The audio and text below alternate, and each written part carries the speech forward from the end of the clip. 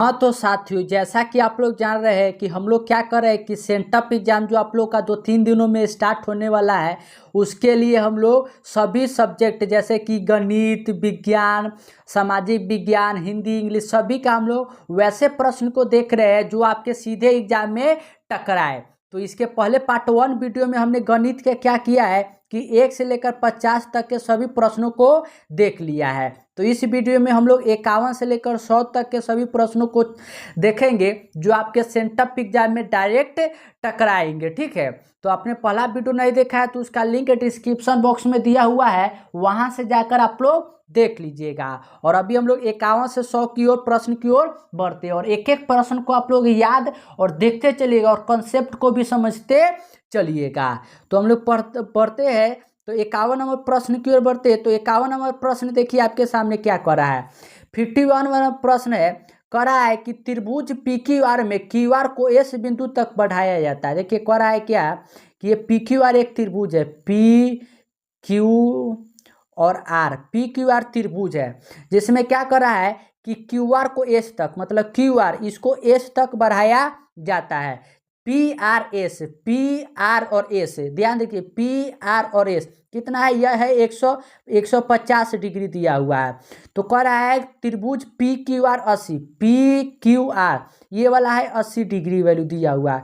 तो कह रहा है कि QPR यानी कि इसका वैल्यू पूछा है कि इसका वैल्यू क्या होगा। तो सिंपल है, देखिए अगर ये 150 है तो हम लोग सरल रेखा से जानते हैं कि 180 डिग्री बनता है, तो ये 50 है तो ये कितना हो जाएगा 30 डिग्री, और पहले से कितना है 80, तो 80 और 30 जोड़ेंगे तो कितना आ जाएगा 110। और हम लोग जानते हैं कि एक त्रिभुज 180 डिग्री का होता है, तो अगर ये 110 हो गया तो बचा कितना 70। तो इसका राइट आंसर जो बन जाएगा वो ऑप्शन नंबर बी बन जाएगा 70 डिग्री। प्रश्न नंबर 52 की ओर बढ़ते हैं। तो 52 नंबर प्रश्न देखिए क्या करा, सीधा सीधा फॉर्मूला पूछा गया है। कह रहा है कि R त्रिज्या वाले वृत्त के थीटा कोण वाले त्रिज्याखंड की चाप की लंबाई है। तो त्रिज्याखंड की चाप की लंबाई क्या होगा, तो फॉर्मूला जानते हैं कि 2πr थीटा बटा में 360 डिग्री। तो इसका right answer option number B हो जाएगा। प्रश्न नंबर 53 की ओर बढ़ते हैं। तो 53 नंबर प्रश्न है क्या कि यदि a = 45 डिग्री है तो sin a plus cos a plus tan a का वैल्यू क्या होगा, मान क्या होगा। तो सभी ए के जगह पर क्या रख देंगे 45 डिग्री रख देंगे, यानी कि यह हो जाएगा sin 45 degree plus cos 45 degree plus tan 45 degree. तो sin 45 का वैल्यू होता है 1/√2, cos 45 का वैल्यू भी 1/√2 और tan 45 का वैल्यू होता है 1। और जब इसको सॉल्व करेंगे तो √2 कॉमन आ जाएगा, तो ऊपर जाके क्या बनेगा √2 बनेगा। तो इसका राइट आंसर हो जाएगा कि √2 + 1। तो right answer option number B हो जाएगा। आप लोग कंसेप्ट भी समझते चलिए और उसको इंप्लीमेंट करना भी सीखते चलिए। प्रश्न नंबर 54 आपके सामने इस प्रकार से है। कह रहा है कि यदि किसी वृत्त की त्रिज्या दुगनी कर दिया जाए तो नए वृत्त और पुराने वृत्त के क्षेत्रफल का अनुपात क्या होगा, दुगना कर दिया जाए। तो मान लीजिए कि पुराना जो है त्रिज्या r = 1 है और उसको दुगना कर देंगे तो नया वाला बड़ा r मान लेते तो ये कितना हो जाएगा 2 हो जाएगा, क्योंकि 1 का दुगना 2 हो जाएगा। तो कह रहा है कि क्षेत्रफल, तो क्षेत्रफल क्या होता है कि πr² और अनुपात निकलना है πr²। तो पाई से पाई कट जाएगा, स्मॉल r, तो स्मॉल r का स्क्वायर करेंगे तो 1 आ जाएगा और कैपिटल R 2 का स्क्वायर करेंगे तो कितना आ जाएगा 4, यानी कि 1 अनुपात कितना हो जाएगा 4। तो इसका right answer option number B हो जाएगा। प्रश्न नंबर 55 की ओर बढ़ते हैं। तो 55 नंबर प्रश्न देखिए क्या कर रहा है, बहुत ही सिंपल सा प्रश्न है। कह रहा है कि दो वृत्तों की परिधि का अनुपात, दो वृत्तों की परिधि मतलब परिधि क्या होता है कि 2πr। तो पहले वाले को मान लेते कैपिटल R और नीचे वाले को मान लेते स्मॉल r। इसका अनुपात कितना है 2/3 दिया हुआ है। तो 2π से 2π कट के कैपिटल R बटा में स्मॉल r कितना गया 2/3। अब कह रहा है कि इनके क्षेत्रफल का अनुपात, तो आप लोग जानते हैं कि क्या हो जाएगा, इसका स्क्वायर कर देंगे तो 2 का स्क्वायर आ जाएगा 4 और 3 का स्क्वायर कर देंगे तो 9, यानी कि 4:9। तो इसका राइट आंसर ऑप्शन नंबर यहाँ हो जाएगा ऑप्शन नंबर ए हो जाएगा। प्रश्न नंबर 56 देखिए, बहुत ही सिंपल सा प्रश्न है कि 9 sec² a - 9 tan² a क्या होगा। तो दोनों में 9 है तो सबसे पहले 9 कॉमन ले लेंगे, तो ब्रैकेट के अंदर क्या बचेगा, sec square A minus tan square A हो जाएगा। और हम लोग फॉर्मूला पढ़े हैं कि sec square A minus tan square A equal to होता है 1, यानी कि 9 गुने 1 करेंगे तो कितना मिल जाएगा 9। तो इसका राइट आंसर यहाँ पर ऑप्शन नंबर बी हो जाएगा 9। प्रश्न नंबर 57 आपके सामने इस प्रकार से है, यदि एक वृत्त की परिधि 2 पाई से बढ़ाकर 8 पाई हो जाती है तो इसका नया क्षेत्रफल क्या होगा। तो क्षेत्र परिधि का फॉर्मूला क्या होता है 2 पाई आर, और पहले था 2 पाई मतलब आर का वैल्यू पहले कितना था 1, तभी तो 2 पाई गुने 1 करेंगे तो 2 पाई आएगा। अब बढ़ के हो गया 8 पाई मतलब आर का वैल्यू कितना हो गया, आर का वैल्यू जो हो गया यहाँ पर अब हो गया 4, कितना हो गया 4। अब कर आए कि नया क्षेत्रफल, तो नया क्षेत्रफल कितना हो जाएगा 4 का स्क्वायर करेंगे तो कितना आ जाएगा 16, और 1 का स्क्वायर करेंगे तो 1 का कितना गुना है 16 गुना है। तो इसका राइट आंसर जो बन जाएगा वो ऑप्शन नंबर सी बन जाएगा कि 16 गुना।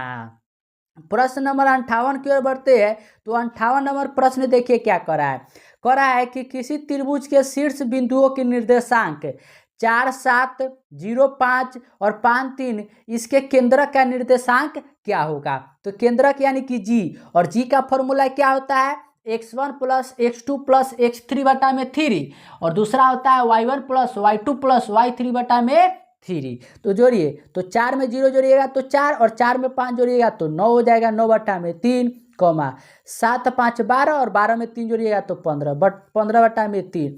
तो 3 से 9 काटेगा तो 3, और 3 से 15 काटेगा तो 5, तो कितना आ जाएगा 3:5। तो इसका right answer option number B हो जाएगा 3:5।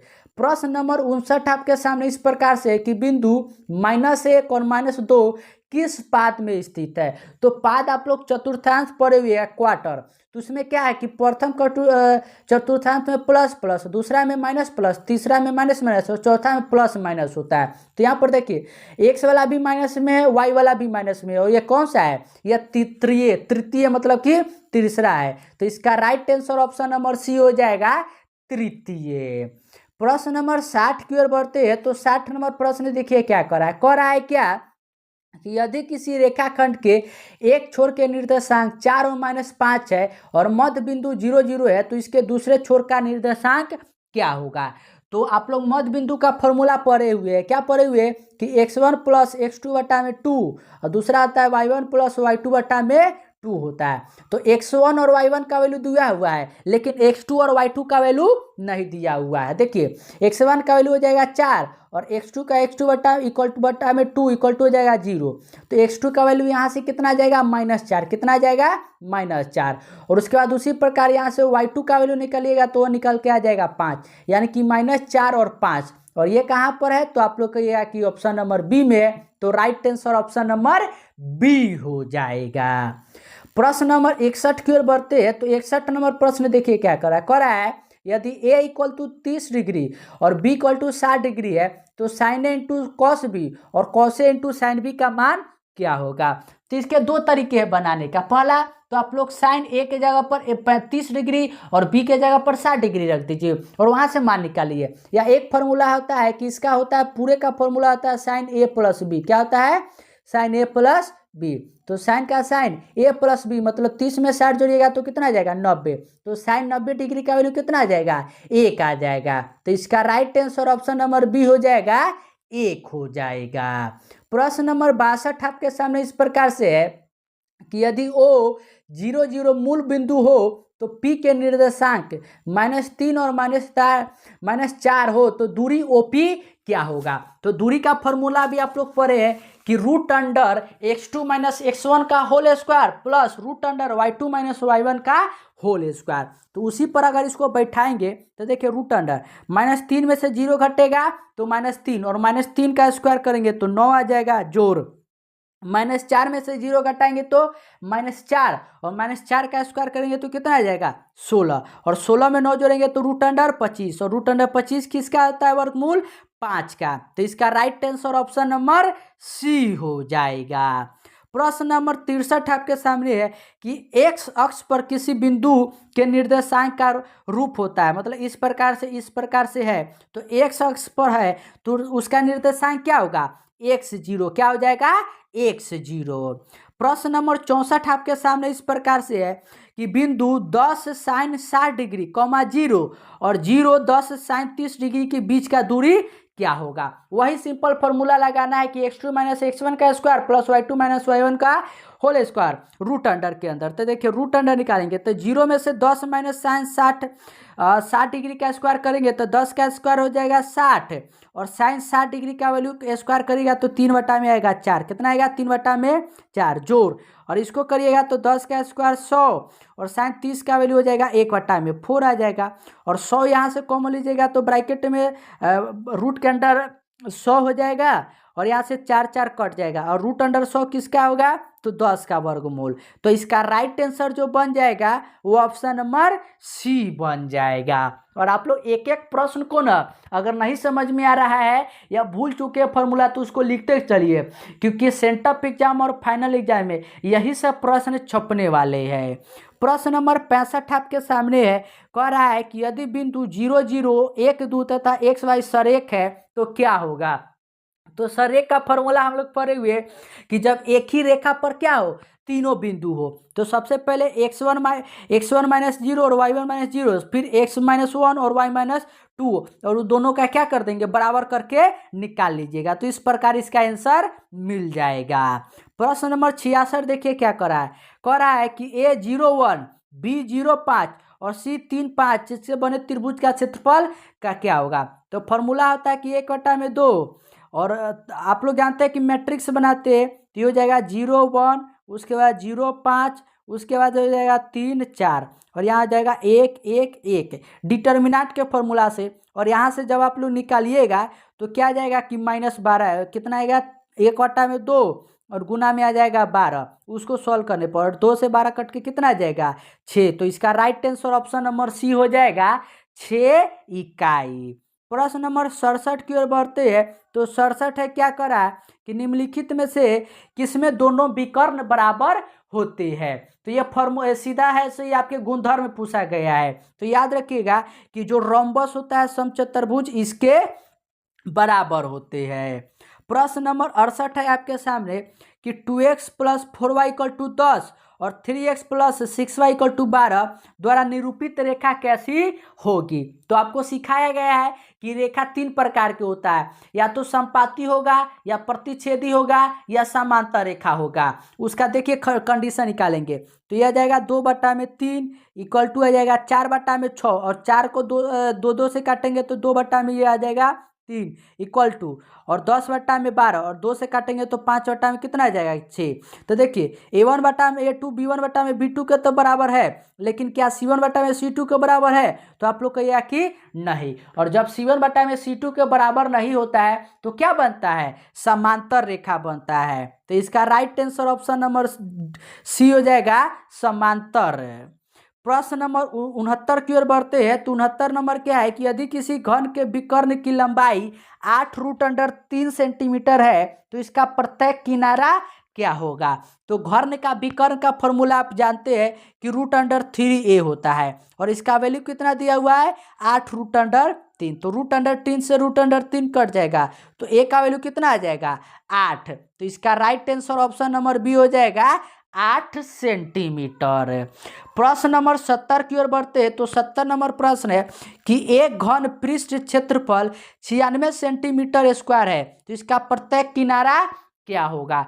तो घन का पृष्ठ क्षेत्रफल का फॉर्मूला आप लोग पढ़े हुए हैं क्या 6a², और इसका वैल्यू कितना दिया हुआ है 96। तो 6 से 96 काटेंगे तो कितना आएगा 16, और एक उस तरफ स्क्वायर कर देंगे दोनों तरफ वर्गमूल तो a का वैल्यू निकल के आ जाएगा 4। तो इसका right answer option number A हो जाएगा 4 सेंटीमीटर। प्रश्न नंबर 71 की ओर बढ़ते हैं तो 71 नंबर क्या है कि गोले का पृष्ठीय क्षेत्रफल होता है। तो जो गोला होता है उसका पृष्ठीय क्षेत्रफल का फॉर्मूला क्या होता है, यह होता है 4πr²। क्या होता है 4πr²। अगर पूछता कि अर्धगोले का क्या होता है तो होता है 2πr²। तो right answer option number C हो जाएगा। प्रश्न नंबर 72 है आपके सामने कि दो अर्धगोले का आयतन का अनुपात 27:64 है तो उनके वक्र पृष्ठ के क्षेत्रफलों का अनुपात क्या होगा। तो अर्धगोले का आयतन का अनुपात है, मतलब कि 2/3 पाई आर क्यू बटा में 2/3 पाई आर क्यू। इसका अनुपात कितना है, 27/64। तो देखिए 2/3 कट जाएगा, पाई से पाई कट जाएगा, तो आर आ जाएगा यहाँ से 3 और यहाँ से आर आ जाएगा 4, तो 3:4 आएगा। कितना आ जाएगा, 3:4। अब कह रहा है कि वक्र पृष्ठ के क्षेत्रफल, मतलब कि 2 पाई r², तो 3 का स्क्वायर करिएगा तो 9 और 4 का स्क्वायर करिएगा तो 16। बाकी 2 पाई क्या हो जाएगा, कट जाएगा, तो 9:16 हो जाएगा, वो इसका क्या हो जाएगा, राइट आंसर हो जाएगा। 16 नहीं होगा। प्रश्न नंबर 73 की ओर बढ़ते हैं। तो 73 नंबर देखिए क्या करा है कि दो बेलन की त्रिज्या का अनुपात 3:2 और इनकी उनका ऊंचाई का अनुपात 5:7 है, तो आयतन का अनुपात क्या होगा। तो बेलन का आयतन का फॉर्मूला क्या होता है, पाई r² h और बटा में हो जाएगा पाई R² h। तो पाई से तो पाई कट जाएगा, स्मॉल आर यहाँ पर स्मॉल आर, तो देखिए इसको सॉल्व करते हैं। तो 3 का स्क्वायर कितना आ जाएगा, 9, h का वैल्यू कितना है 5, फिर 2 का स्क्वायर करेंगे तो 4 और h का वैल्यू कितना है 7, तो 9×5 हो जाएगा 45 और अनुपात में कितना आ जाएगा 28। तो 45 अनुपात कितना हो जाएगा 28। तो right answer option number B हो जाएगा। प्रश्न नंबर 74 की ओर बढ़ते हैं। तो 74 है कि sine square theta into 1 plus cot square theta क्या होता है। तो देखिए आप लोग एक फार्मूला पढ़े हैं कि cosec square theta minus cot square theta equal to कितना होता है 1। तो वहां से यहाँ अगर आप लोग देखिएगा तो sine square theta into 1 plus cot square theta किसके बराबर होता है, यह होता है कॉसेक स्क्वायर थीटा के। और कॉसेक स्क्वायर थीटा को अगर साइन में बदलेंगे तो 1 में साइन स्क्वायर थीटा और ऊपर नीचे कट के कितना आ जाएगा 1 आ जाएगा। तो इसका राइट आंसर जो बन जाएगा वो ऑप्शन नंबर सी बन जाएगा 1 हो जाएगा। प्रश्न नंबर 75 देखिए क्या करा है कि यदि किसी शंकु की ऊंचाई h12 और त्रिज्या r है तो त्रिज्या की लंबाई यानी कि l का लंबाई क्या होगा। तो शंकु में आप लोग जो लेटरल हाइट होता है, त्रिज्या की ऊंचाई स्लैंट हाइट जिसको कहते हैं, उसका आप फॉर्मूला जानते हैं। l इक्वल टू क्या होता है, रूट अंडर होता है h² प्लस r²। तो देखिए रूट अंडर h कितना है 12, 12 का स्क्वायर करेंगे तो 144 प्लस आर का वैल्यू कितना 5, तो 5 का स्क्वायर 25, 144 में 25 जोड़ेगा तो 169 और 169 किसका वर्गमूल होता है 13 का। तो इसका राइट आंसर जो हो जाएगा वो हो जाएगा ऑप्शन नंबर सी 13 मीटर। प्रश्न नंबर 76 की ओर बढ़ते हैं। तो 76 नंबर प्रश्न देखिए क्या करा है कि यदि लंबवृत्तीय बेलन के आधार का क्षेत्रफल πa² सेंटीमीटर है और ऊंचाई 20 सेंटीमीटर है तो वक्र पृष्ठ का क्षेत्रफल क्या होगा। मतलब लंबवृत्तीय बेलन का आधार का क्षेत्रफल पाई r² का वैल्यू दिया हुआ है पाई a², तो पाई से पाई कट के r का वैल्यू कितना आ जाएगा a और ऊंचाई b है, तो वक्र पृष्ठ का क्षेत्रफल का फॉर्मूला होता है 2πr/h। मतलब कि यहाँ हो जाएगा क्या कि 2π हो जाएगा, क्या हो जाएगा 2π क्या हो जाएगा 2π। तो इसका right answer option number B हो जाएगा। प्रश्न नंबर 77 आपके सामने इस प्रकार से कि x tan 45 गुने cos 60 डिग्री इक्वल टू में sine 60 degree into cot 60 degree, तो x का वैल्यू क्या होगा। तो देखिए x इक्वल टू tan 45 का वैल्यू 1 हो जाएगा, cos 60 का वैल्यू होता है 1/2 इक्वल टू साइन 60 का वैल्यू कितना होता है √3/2 गुने और कॉट 60 का वैल्यू कितना होता है 1/√3, तो √3 से √3 और 2 से 2 कट जाएगा, तो x का वैल्यू कितना आ जाएगा x बराबर हो जाएगा 1। तो इसका right answer option number C हो जाएगा। प्रश्न नंबर 78 कह रहा है क्या कि cot 3x equal to sine 45 degree into cos 45 degree plus cos 60 degree है, तो x का मान क्या होगा। तो x का मान क्या होगा, तो सिंपल है, देखिए साइन 45 का वैल्यू होता है 1/√2 गुण कॉस 45 का वैल्यू होता है 1/√2 प्लस और कॉस 60 का वैल्यू कितना होता है, तो कॉस 60 का वैल्यू आप लोग जानते हैं 1/2। तो यहाँ से जब निकालिएगा तो यहाँ से वैल्यू कट कुट कर 1 आएगा, कितना आएगा 1। तो कॉट 3x में 1 कब आता है, जब कॉट 45 डिग्री हो, और 45 लाने के लिए 3 से कितना गुना करेंगे, तो 15 से करेंगे। तो इसका राइट आंसर जो बन जाएगा वो ऑप्शन नंबर सी हो जाएगा 15 डिग्री। प्रश्न नंबर 79 79 की ओर बढ़ते तो 79 कह रहा है कि cos theta plus sec theta equal to 4 है, तो cos square theta plus sec square theta का मान क्या होगा। तो सिंपल है, इस दोनों के क्या करेंगे कि दोनों तरफ स्क्वायर कर देंगे। तो देखिए स्क्वायर करेंगे तो cos square theta plus sec square theta plus में क्या हो जाएगा 2 गुने कॉस थीटा इंटू में हो जाएगा सेक थीटा, और यहाँ 4 का स्क्वायर कितना हो जाएगा 16। तो कॉस थीटा सेक थीटा कट जाएगा और 16 में से 2 घटेगा तो कितना आ जाएगा 14 आ जाएगा। तो इसका right answer option number C हो जाएगा 14। तो इस प्रकार यह भी हमारा प्रश्न खत्म हो जाता है। और आप लोग एक एक प्रश्न को याद करते चलिएगा, ठीक है, और समझते चलिएगा। प्रश्न नंबर 80 देखिए क्या करा है कि सेके प्लस 10 इक्वल टू 2a और सेके माइनस 10a इक्वल टू है b। तो कह रहा है कि 1/b का मान क्या होगा। तो आप लोग फॉर्मूला जानते हैं कि जो a होता है वह इसके 1/में b के बराबर होता है, यानी कि 2a जो होगा या 1/में b के बराबर होगा। तो b यहाँ गुना हो जाएगा, 2 यहाँ चलाएगा, यानी कि ए बी बराबर हो जाएगा क्या 1/2 हो जाएगा। तो right answer option number C हो जाएगा। प्रश्न नंबर 81 आपके सामने है कि सेक 60 डिग्री का मान क्या होगा। तो सीधा मान पूछा गया है। तो सेक 60 का मान होता है 2, कितना होता है 2 होता है। प्रश्न नंबर 82 है कि a plus B equal to 90 degree है, तो कॉटे का मान क्या होगा। तो कॉटे का मान कैसे निकलेगा, तो देखिए कॉट ए के जगह पर हम लोग क्या लिख सकते हैं 90 माइनस बी, क्या लिख सकते हैं 90 माइनस बी। और आप लोग एक फॉर्मूला पढ़ते हैं कि कॉट 90 डिग्री माइनस थीटा जो होता है वह टेन थीटा, यानी कि कॉट 90 माइनस बी करेंगे तो क्या आ जाएगा टेन बी आ जाएगा। तो इसका right answer option number C हो जाएगा। प्रश्न नंबर 83 की ओर बढ़ते हैं। तो 83 है कि यदि कॉस थीटा इक्वल टू 12/13 हो तो कॉसेक थीटा का वैल्यू क्या होगा। तो आप लोग पाइथागोरस का नियम पी बी और एच वाला जानते होइएगा, उसी पर निकालेंगे। तो कॉस का फॉर्मूला क्या होता है, कॉस का फॉर्मूला होता है b/h और कॉसेक का फॉर्मूला होता है h/p। तो h तो समान रहेगा, मतलब ऊपर जाएगा 13, क्या जाएगा 13, और p जो आएगा वह 5 आ जाएगा, कितना आ जाएगा 5, क्योंकि ट्रिपलेट आप लोग पढ़े 5 12 13। या ऐसे नहीं करिएगा तो 13 का स्क्वायर करके फिर 12 का स्क्वायर करके उसको घटाइएगा तो 25 आएगा, और 25 किसका वर्गमूल होता है 5 का, यानी कि 13/5 जो हो जाएगा वो option number B right answer हो जाएगा। प्रश्न नंबर 84 की ओर बढ़ते हैं। तो 84 का रहा है क्या कि 4 tan थीटा इक्वल टू 3 है। तो अगर यहाँ से tan थीटा का वैल्यू निकालेंगे तो ये कितना आ जाएगा 3/4 आ जाएगा। तो कह रहा है cos square theta plus sign square theta का वैल्यू क्या हो जाएगा। तो देखिए यहाँ कॉस स्क्वायर थीटा हो जाएगा b/h, यानी कि 4 का स्क्वायर 16 और 5 का स्क्वायर 25, प्लस साइन का हो जाएगा ऊपर हो जाएगा 9 और नीचे हो जाएगा 25। तो 25 एलसीएम लीजिएगा तो ऊपर भी 25, तो 25 से 25 कट के कितना आंसर आएगा 1 आ जाएगा। तो इसका right answer option number B हो जाएगा 1 हो जाएगा।